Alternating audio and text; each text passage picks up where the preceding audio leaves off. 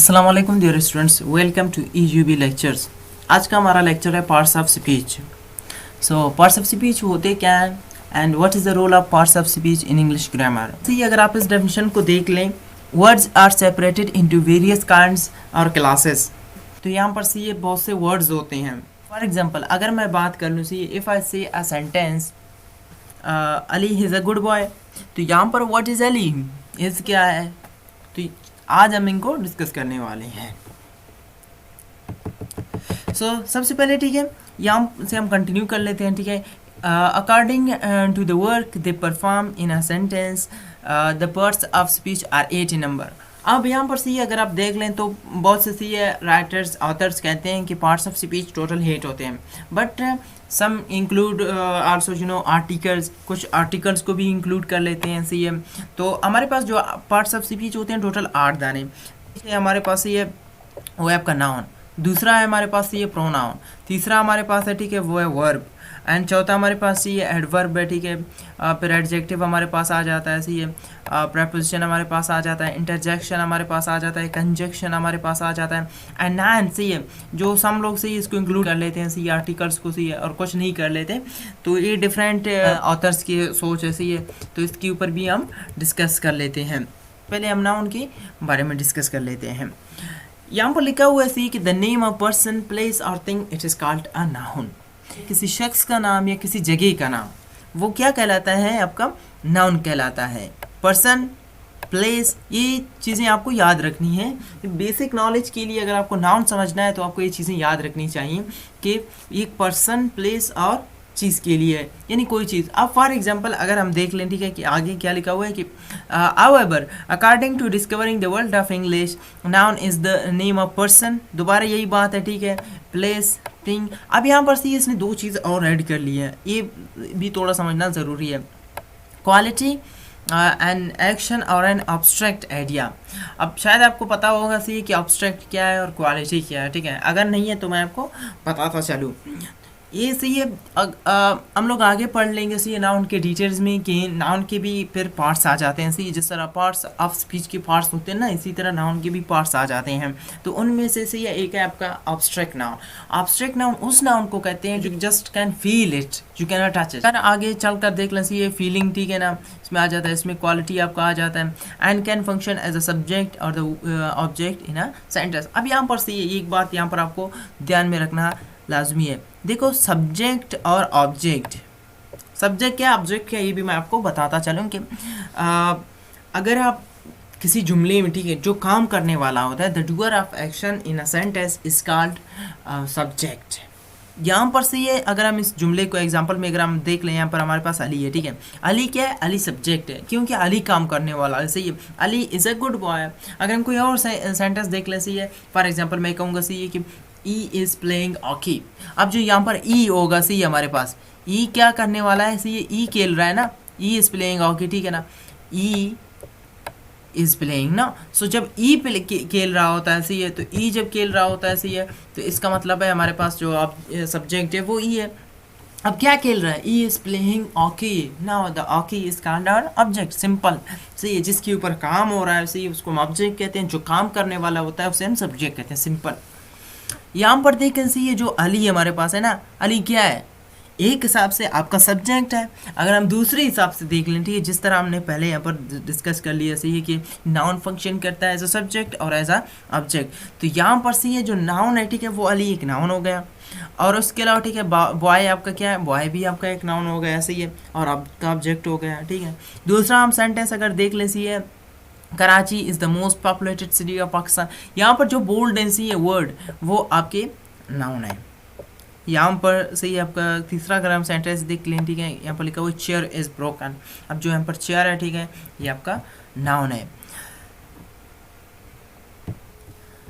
अच्छा, अब हम प्रोनाउन के बारे में बात करते हैं सी कि प्रोनाउन क्या होता है ठीक है ना। तो यहाँ पर सी अगर आपको यहाँ पर देख रहे हैं ठीक है, यहाँ पर डेफिनेशन लिखा हुआ है सी कि a pronoun is a word used in the place of noun. यहाँ पर से सिंपल से आपको डिफाइन करके आपको बता दिया जा रहा है कि अगर जो भी सी लफ्ज़ नाउन की जगह पर इस्तेमाल हो रहा है या होता है see it is called pronoun. कैसे, मैं कहूँगा सी कि Ali broke the door, Ali ने क्या किया ठीक है, अली ने दरवाज़ा तोड़ा। ठीक है ना भाई, चलो तोड़ दिए, अब क्या करें। अब अली की जगह पर अगर मैं कोई प्रोनाउन इस्तेमाल कर लूँगा, ये आई मीन मैं कहूँगा सही कि भाई मुझे उसका नाम पता नहीं है, इसी ई ब्रोक द डोर, या मैं कहूँगा यू ब्रोक द डोर, सी है। जब भी इस तरह का कोई आ जाता है आपके सामने, सी है, वो आपका प्रोनाउन कहलाता है। तो प्रोनाउन का लिस्ट सही है, जो आने वाला लेक्चर होगा उसमें भी आपको दिया जाएगा, सही है। उसमें मैं आपको सिर्फ अभी कुछ बता दूंगा, फिर इसके भी केसेस आ जाते हैं, वो भी इंशाल्लाह ताला आने वाले लेक्चर में आपको बता दिया जाएगा। सिंपल यहाँ पर मैं आपको बताऊँ सही है कि हमारे पास या ई है, शी है, इट है, दे है, यू है, ऐसे ही हम इनको सब्जेक्टिव प्रोनाउन कहते हैं। उसके बाद ऐसी है हमारा इम है, दैम है, ठीक है, इनको हम ऑब्जेक्टिव प्रोनाउन कहते हैं। और उसके बाद हमारा रिफ्लेक्सिव प्रोनाउन आ जाता है, डेमोन्स्ट्रेटिव प्रोनाउन आ जाता है, और भी इसकी कांड्स आ जाते हैं। तो हम इनको आगे वाले लेक्चर्स में इंशाल्लाह ताला स्टडी कर लेंगे। दूसरा हमारा सेंटेंस है Ali is injured because he. अब देखो ई है, ठीक है, ई किसको रिफर कर रहा है, ई किसके बारे में बात कर रहा है, ठीक है, ई अली के बारे में बात कर रहा है। तो अब यहाँ पर सी है ई जो है आपका क्या है, प्रोनाउन है। यू लाइक दैम, जी यहाँ पर प्रोनाउन कौन सा, जी बिल्कुल आपने सही बता दिया, सही यहाँ पर। अब तो सही गए ना, यहाँ पर दैम है आपका प्रोनाउन, सी है जी। तो उसके बाद सी हम डिस्कस करने वाले हैं वर्ब को, जी ये बहुत ही इंपॉर्टेंट है, सी है पार्ट्स ऑफ स्पीच में। A verb is a word used to express an action. देखो एक एक्शन को जो जाहिर करता है, सी है यहाँ पर studies in university of Balochistan. अच्छा यहाँ पर सी है क्या है, स्टडीज है आपका वर्ब। अब आपको किस तरह पता चलेगा कि वर्ब क्या होता है, सिंपल देखो, एक अगर कोई भी जुमला आपके सामने है, आप उस जुमले में से ये ज़रा गौर कर लें कि उस जुमले में क्या एक्शन हो रहा है, what is the action in the sentence. जब आपने एक्शन को देख लिया तो फिर आपका वर्ब वही है, simple. They increase the price of book, यहाँ पर से ये आपका जो बोल्ड वर्ड है इंक्रीज, आई मीन मतलब ज़्यादा करना है, इसका सही है escalate. You will learn a lot from this lecture, learn सीखना, ठीक है, तो यहाँ पर लर्न आपका वर्ब है जी। तो उसके बाद हमारे पास ऐसी है एडवर्ब। ये एडवर्ब भी इम्पोर्टेंट ऐसी है, अगर हम देख लें सी इंग्लिश ही ग्रामर में एडवर्ब भी इम्पोर्टेंट ऐसी, इसका भी इम्पोर्टेंस है।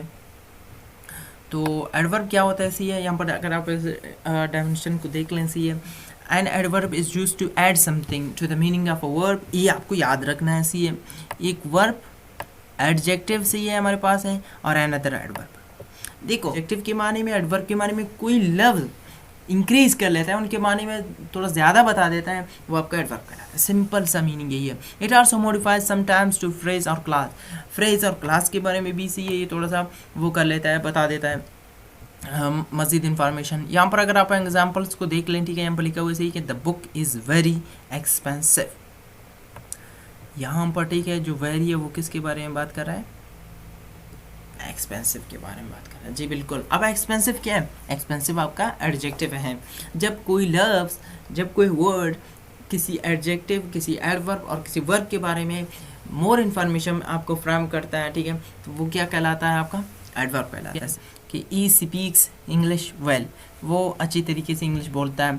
यहाँ पर जो वेल है वो हमारे पास एडवर्ब है, क्योंकि स्पीक के बारे में बता रहे थे कि वो किस तरह से बोलती है। इसी तरह ठीक है, यहाँ पर हमारे पास वेस्ली है।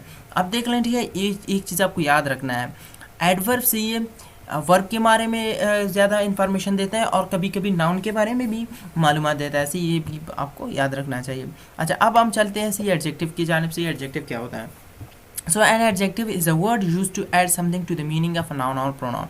ये क्या करता है, सी एडजेक्टिव सिर्फ नाउन और प्रोनाउन के बारे में बता देता है। अब यहाँ पर सी अगर आप देख लें, see he is a beautiful baby, baby क्या है, सी ये ब्यूटीफुल है, ठीक है। उसके बाद the second sentence I have a blue pen, blue pen, see pen किस तरह का है, ब्लू है, ठीक है, ब्लू पेन के बारे में सी आपको मालूमात दे रहा है। यानी सी ये जो वर्ड सी नाउन और प्रोनाउन के बारे में सी है ज़्यादा आपको मालूमात देती कि भाई वो किस तरह है, कैसा है, तो वो आपका एडजेक्टिव कहलाता है। He was a great soldier, ठीक है, वो एक ज़बरदस्त, ये एक ग्रेट सी, एक अच्छा सिपाही, एक बहादुर सिपाही था। तो यहाँ पर से ये ग्रेट आपको सोल्जर के बारे में बता रहा है। अच्छा उसके बाद से हमारे पास आ जाता है प्रेपोजिशन। जी ये बहुत ही इंपॉर्टेंट है, इसके बारे में इंशाल्लाह ताला the details will be delivered as soon as possible. Lecture हम बना के से आपको प्रोवाइड कर लेंगे, ये बहुत ही इंपॉर्टेंट है। अब preposition is a word which may be described as connecting words the relation of noun और प्रोनाउन इन अ सेंटेंस। यानी आप सिंपल अगर आप यहाँ पर देख लें, ठीक है, कि नाउन और प्रोनाउन का रिलेशन भी ज़ाहिर कर लेता है। यहाँ पर से हम एग्जांपल में से देख सकते हैं, see the book is on the table. यहाँ पर क्या बता रहा है, सी ये एक पोजीशन भी आपको ज़ाहिर कर रहा है, यहाँ पर एक रिलेशन बता रहा है आपको। The book is on the table, where is the book, table के ऊपर है। अब देख लें, सी एक हमारे पास है ऑन, ठीक है, एक हमारे पास है ऑन, ठीक है, और एक है हमारे पास इन, ठीक है ना। तो इनमें डिफरेंट भी मैं आपको बता दूंगा सी कि क्या है। देखो, अगर कोई चीज़ सरफेस के ऊपर है, सरफेस आई मीन मतलब अगर आपके पास कुछ टेबल ऐसी है, तो उसके ऊपर अगर कोई किताब पड़ा हुआ है, then you will say the book is on the table, not in the table. अगर से ये कोई चीज़ ऐसी है, उसको बाजू है, I mean if there is a chair, अगर उसको कोई बाजू है तो आप बराबर इन इस्तेमाल कर लोगे, सिंपल।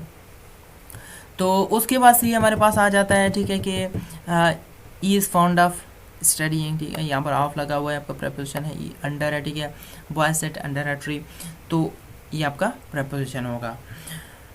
इंटरजेक्शन सी, इसके बाद है इंटरजेक्शन सी है। इंटरजेक्शन जी क्या होता है, word which express some sudden feeling is called interjection. Interjections are used when the speaker encounters events that cause these emotions unexpectedly, suddenly, painfully and surprisingly or other many ways।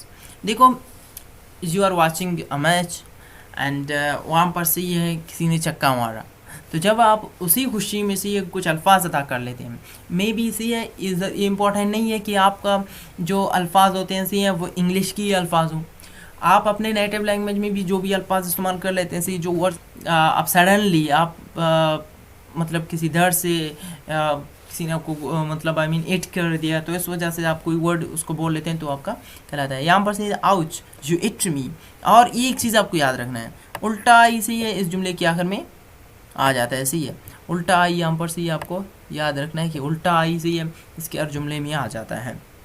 और रा E it है 6 ए put the book down से है। ये कुछ examples हैं सी आपके सामने। अब जो लास्ट लेक्चर है सी हमारा जो रिमेनिंग है, ठीक है, वह है कंजक्शंस। देखो कंजक्शन से ये बहुत ही इंपॉर्टेंट है। Grammatically conjunction means binding together. Conjunction is a joiner, a word that connects words, phrases, clauses और सेंटेंसेस। ये क्या करता है, सेंटेंस को मिला लेता है, ठीक है, और ये जुमलों को भी कनेक्ट कर लेता है। फॉर एग्जांपल मैं एक जुमला बताऊंगा कि Ali does not come school because he is ill. अब जो यहाँ पर बिकॉज ऐसी है, उसने दो जुमलों को मिला दिया, सही है, तो ये आपका क्या कहलाता है, ये आपका कंजक्शन कहलाता है। सिंपल कंजक्शंस का मतलब यही होता है कि दो जुमलों को मिलाना, यानी दो जुमलों को सी अगर कोई वर्ड मिला रहा है सी है तो वो आपका कंजक्शन कहलाता है। हमारे पास ये कुछ कंजक्शंस हैं सी है, जैसे हम कहते हैं फैन बॉयज़, जैसे एफ से हमारे पास होता है फॉर, ए से हमारे पास होता है एन से हमारे पास होता है नॉर, और बी से हमारे पास होता है बट, ओ से हमारे पास होता है और, वाई से हमारे पास होता है यट, एंड एस से हमारे पास होता है सो इसी तरह, ठीक है, हम इनको याद कर सकते हैं। उम्मीद करता हूँ आप लोगों को ये लेक्चर पसंद आया होगा। अगर आप लोगों को इस तरह के और लेक्चर्स चाहिए तो subscribe the EUB lectures for more informative videos. Thank you so much for watching.